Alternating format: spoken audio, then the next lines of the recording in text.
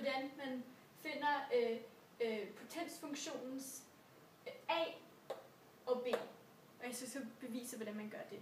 Og man skal først kende 2 punkter i koordinatsystemet.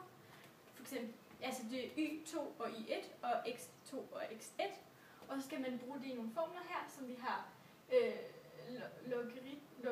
logaritmen af y2 minus logaritmen af y1 divideret med logaritmen af x2 minus logaritmen af x1. Så man har det, så kan man så finde ud af b på, at man enten bruger de første koordinater, eller man bruger de andre koordinater. Hvis vi tager de 2 punkter fra tidligere, så ved vi, at de begge to ligger på grafen. Derfor vil de så passe ind i vores ligning, som hedder f af x er lige med b gange x i a. Og det her er jo potensfunktionens overskrift. Ja, så vi har 2 forskellige punkter. Vi har y2 og x2, og vi har y1 og x1. Skal vi dele dem op, så vi siger y2 er lige med b gange x2 i a, og y1 er lige med b gange x1 i a. Vi kan så dividere det, og så skal vi dividere venstre side for sig og højre side for sig. Og som I kan se her, så går de her 2 b'er så ud med hinanden. Der er sådan en regel, vi kan tage i brug nu, en logaritmeregel, der siger, at logaritmen til en brøk, altså log, så har vi a, b, det er det samme som, at vi siger log a minus log b. Ja. Nu kan vi så tage logaritmen på begge sider, så det siger altså log y2 minus log y1 er lige med log x2a minus log x1a.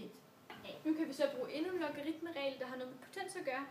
Som I kan se her, der har vi talt om en potens. Den kan vi så få opløftet. Det er, at vi siger log xa, opløftet a, er det samme som a gange logaritmen af x. Det vil vi så udføre nu ved at sige det samme her, altså log y2 minus logaritmen af y1 er det samme som, så hvis vi bruger regnereglen her, så det vil altså sige, at så bliver det a gange logaritmen af x2 minus a gange logaritmen af x1. Nu kan vi så gøre de 2 sidste step i vores beregning af a. Det første er, at vi kan sætte a uden for parentesen, og så kan vi så dividere logaritmen af x2 minus logaritmen af x1 med logaritmen af y2 og minus logaritmen af y1. Jeg kan lige skrive ned. Så logaritmen af y2 minus logaritmen af y1 divideret med logaritmen af x2 minus logaritmen af x1. Som I kan se her, har vi så fundet frem til det første, hvordan a så ud i starten. Nu kan vi så gå videre til at isolere b.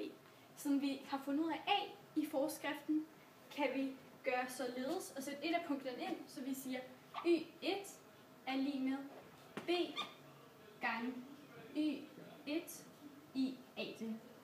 Og så kan vi sætte b uden for parentesen og dividere y1 med x1 i a, så det bliver, nu skal jeg være helt sikker, ja, det bliver omvendt. Vi dividerer det her med y1, så det bliver x1 opløftet a divideret med y1.